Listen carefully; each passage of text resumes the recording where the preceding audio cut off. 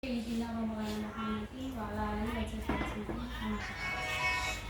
terhormat Ibu Ketua Dabin 2, Ibu Adlin Daises dan Ibu SPD. Yang kami hormati Ibu Kepala Sekolah TK Dharma Wanita 1 Bubukan, Ibu Kandriani SPD. Yang saya hormati teman-teman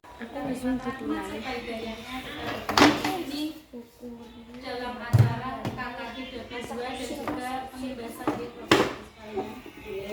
Sholawat dan salam senantiasa kita aturkan kepada junjungan kita Nabi besar Muhammad Shallallahu Alaihi Wasallam yang kita tunggu-tunggu syafaat serta pertolongannya di dunia kata akhirat. Amin amin ya rabbal alamin.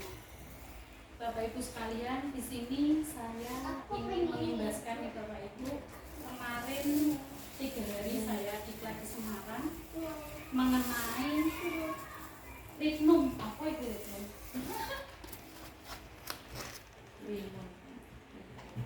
Peningkatan literasi dan numerasi, mengenai literasi dan numerasi Bapak sekalian.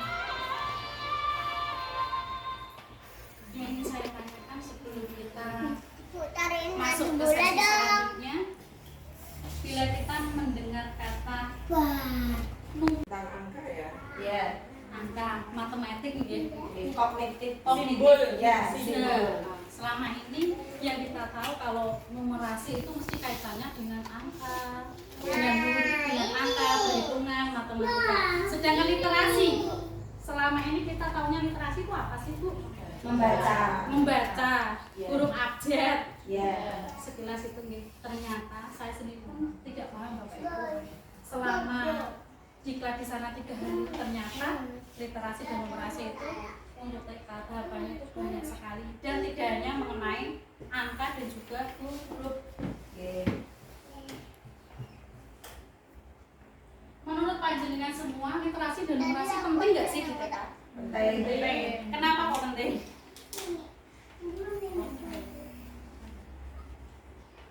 Kenapa di TK itu harus diajarkan literasi dan numerasi? Untuk mengenalkan konsep kognitif dan juga itu bahasa. Ya. Ada lagi?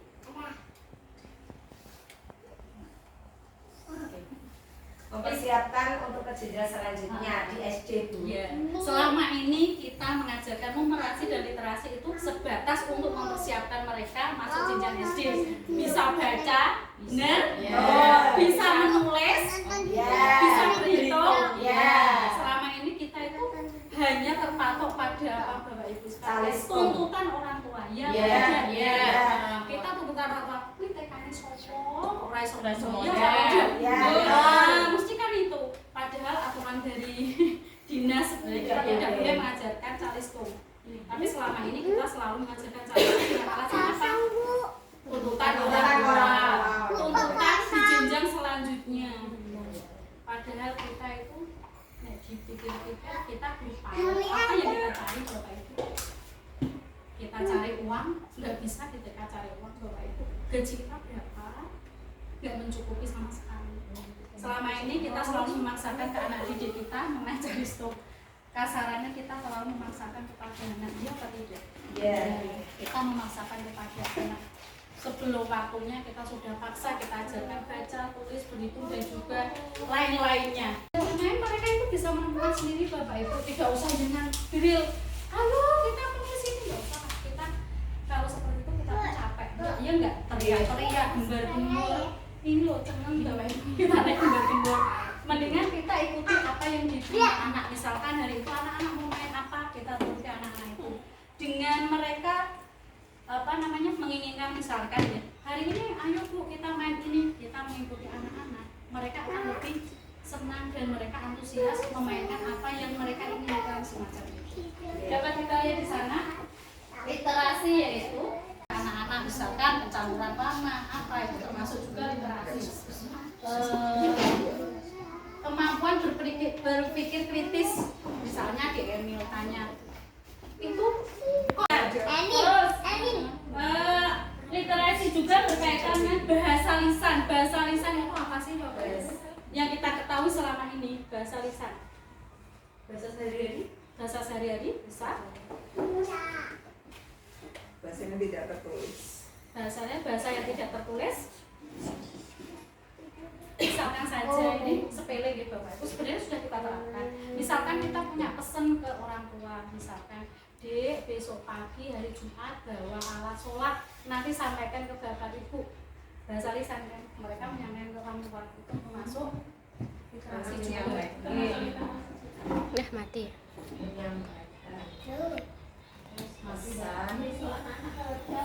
Besok anak-anak bawa bekal ya, itu termasuk juga penyampaian bahasa dan juga yang tidak kalah pentingnya yang sering kita ajarkan itu belajar membaca dan menulis. Itu agak susah menulis.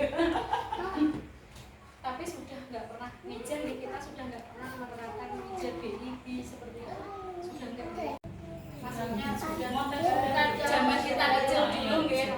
Kalau metode itu ya BIB. Tapi ada anak yang langsung seperti nggak bisa.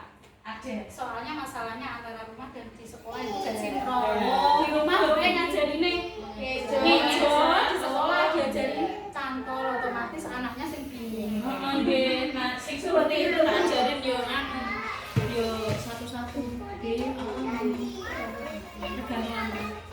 Terus ini literasi itu kan bisa juga diterapkan semacam itu, misalnya satu hari itu dengan absen mesti satu ya. Iya. Kita mendengar tingkat perkembangan analisis data yang umum kayak kita pas skripsi itu enggak sesuaikan dengan tingkat usia semacam itu ya. Nggih.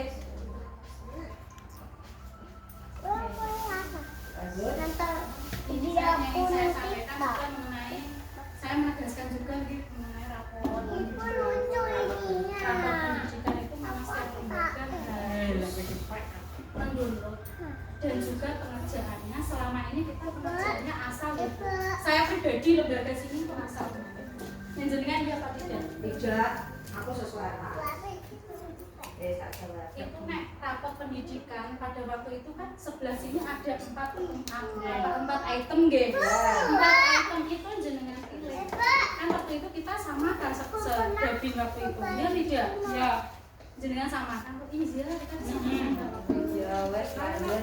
Disamakan kan. Ini pin podo beda cepat. Sebenarnya tiap lembaga itu masing-masing nanti pengerjaannya. Jenengan pilih item yang merasa jenengan itu kurang tuh. Terus sulinja antara satu guru dengan yang lain itu sinkron. Jangan mengajarkan sendiri-sendiri, otomatis direkap data sana itu nanti pengaruhnya ke rapor pendidikan Agak keras dia enggak. terus lagi dengan bisa membaca selama ini tentang membaca nyaring. Membaca nyaring itu seperti apa yang kita ketahui saja. Membaca dengan keras ya. Saya juga Bu. Sebenarnya saya juga sebelum dapat ilmunya membaca nyaring dulu. Setahu saya baca yang keras agar anak-anak dengar Pak semacam itu. Ternyata buku ceritakan membaca nyaring itu membaca yang melalui tahapan awal, tengah, dan akhir. Saya contohkan di misalkan kita mau menceritakan, kita mau bercerita kepada anak dengan media buku, kita tunjukkan ke anak-anak dulu. Halo teman-teman, saya contohkan deh. Selama ini saya juga nggak pernah kerja seperti itu Pak, Bu, Ibu, saya nggak pernah. Pokoknya udah cerita saya buka. Ayo kita lihat gambar di sini apa? Dengan dia pandai. Ayo dilihat gambarnya apa? Ada gambar apa di situ? Saya juga semacam itu ternyata ketika kita membacakan cerita untuk anak, ternyata yang pertama kita tunjukkan ke anak-anak di sini. Ayo teman-teman kita lihat ada gambar apa di situ? Ada gambar apa di buku ini? Ada gambar apa? Singa. Kancil. Ada gambar apa deh? Rusa. Batu. Ya. Biarkan mereka menjawab satu-satu dengan melihat Bapak Ibu mengamati gambar yang ada di sini. Terus tinggal selanjutnya kan otomatis ada yang sudah bisa baca, ada yang belum. Ya. Coba siapa yang sudah bisa baca judul ceritanya?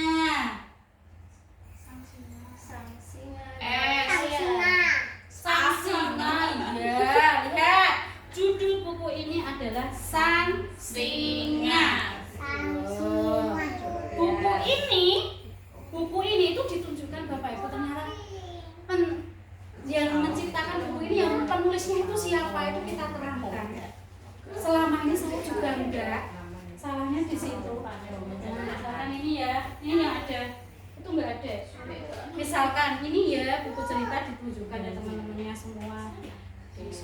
Setelah itu buku ini yang menulis itu Puput Mugiati. Siapa teman-teman? Puput Mugiati. Yang menulis itu Puput Mugiati. Sing gawe buku cerita iki loh, itu Puput Mugiati ya teman-teman. Terus penerbitnya juga perlu ditunjukkan, ternyata selama ini saya juga enggak. Yang menerbitkan itu Cahaya Agensi. Yang cetak buku ini tuh teman-teman jadi lembar-lembar ini ternyata Cahaya Agensi. Teman-teman mau tahu ceritanya? Mau. Kita buka sama-sama. 1, 2, 3. Ini masih. Kita buka lagi. Tunjukkan lagi ke anak-anak. Ada gambar apa di situ? Domba. Ada gambar apa? Domba. Iya. Terus apa lagi? Rumput. Kalau kita menggunakan buku untuk bercerita, kita bacakan ke anak-anak apa yang tertera di sini. Kita tidak boleh mengarang cerita. Berbeda dengan kalau kita mendongeng. Kita bacakan. Pagi itu, Dobi dan ibunya sedang asik makan rumput. Karena sudah sore, maka ibu Dobi mengajak pulang. Namun tidak dihiraukan oleh Dobi. Dia tetap asik makan rumput. Kita tidak boleh mengarang cerita di sini karena sudah ada ceritanya. Kita harus sesuai dengan buku ini. Berbeda kalau kita mendongeng, kita bisa melesetkan cerita gitu ya. Misalnya kita ceritanya lupa, lah sebenarnya tak karang. Yang penting nanti intinya itu nasihat untuk anak-anak, pesan moralnya tersampaikan seperti itu. Ternyata kalau kita membaca nyaring itu harus sesuai dengan isi buku yang sudah tertulis di sini. Di tengah ini bisa diajukan pertanyaan. Misalkan ada tokohnya yang jahat sama yang baik, kita ulas di tengah-tengah saat kita bercerita. Teman-teman mau menjadi siapa? Misalnya kita ajukan semacam itu. Terus di akhir cerita kita tutup. Namanya di akhir cerita.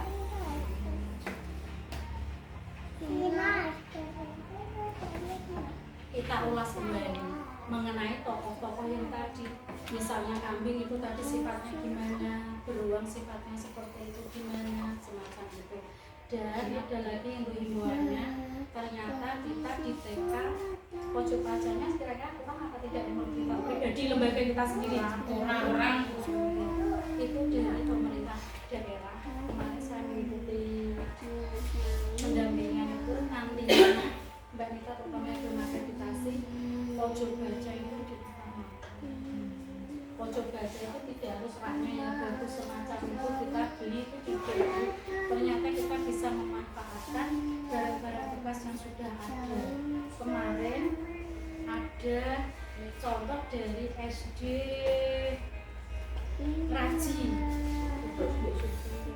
itu dari bambu nggak ya? Bambu besar dilubangi tengahnya tempel di tembok untuk naruh buku. Kita wajib adanya pojok baca, pojok literasi, pojok baca itu harus ada. Itu namanya apa ya? Namanya nggak wajib ya, itu urutan juga. Makanya POSP kita mesti dianggarkan untuk beli buku ya semacam itu yang saya dapat.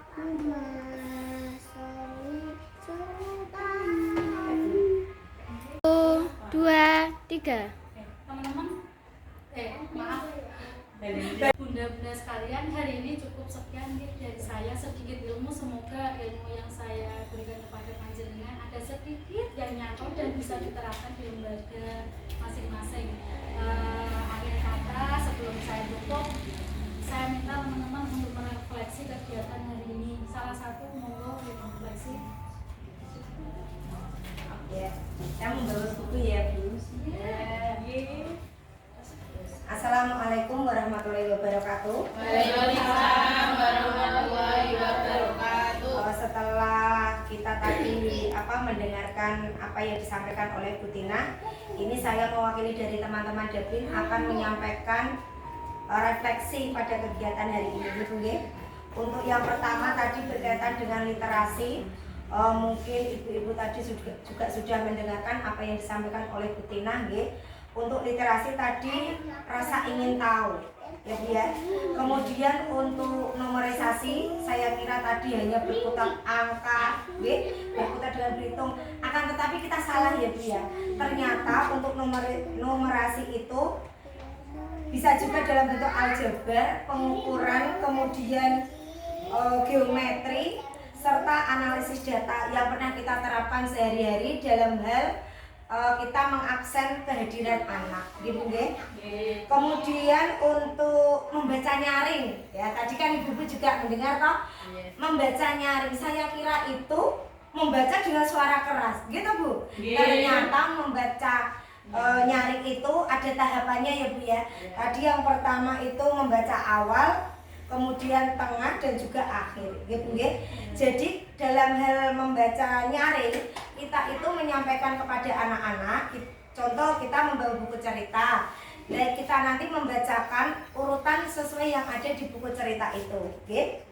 Kita membacakan tidak mengarang gitu, gitu. Kita menyampaikan membaca buku cerita sesuai apa yang disampaikan di buku tersebut. Kemudian kita juga menyampaikan kepada anak-anak judul bukunya, gitu, gitu. Dibacakan judul bukunya, kemudian dibacakan penerbitnya siapa, serta pencetak buku juga disebutkan, penulisnya juga, gitu. Itu Bu, sekian dari saya, kurang dan lebihnya saya mohon maaf. Wabillahi taufiq wal hidayah. Wassalamualaikum warahmatullahi wabarakatuh. Terima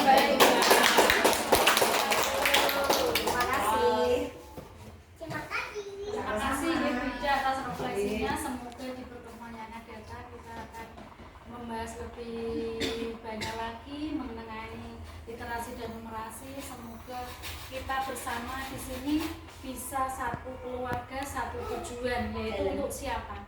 Anak didik dan anak didik. Semoga kita bisa menerapkan Merdeka Belajar di tahun ajaran selanjutnya. Terima kasih. Akhirul kata wabillahi taufiq wal hidayah. Wassalamualaikum warahmatullahi wabarakatuh. Waalaikumsalam.